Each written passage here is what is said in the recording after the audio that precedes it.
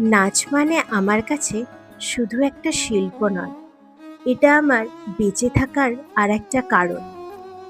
চারপাশের মানুষ, পরিস্থিতি সবসময় একই রকম থাকে না, না থাকাটাই স্বাভাবিক। কখনো কষ্ট দেয়, কখনো ভেঙে দেয় মন, আবার কখনো বা আনন্দ। কিন্তু এই একটাই জায়গা যেখানে আমি কখনো নিরাশ হই না। হয়তো পড়াশোনার থেকে আমি আমার শিল্পকে একটু বেশি ভালোবাসি, আর সেই কারণেই শুনতে হয়, মেয়েটার লেখাপড়ায় মোটামুটি, তাই নেচে বেড়ায়। আবার কেউ হয়তো লাভ ক্ষতির হিসাব কষতেও বসে যায়।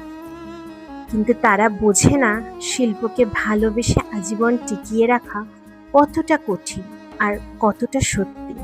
সবাই বুঝবেও না, শুধু আমি জানি নাচের সঙ্গে আমার নিঃস্বার্থ ভালোবাসার গল্পটা।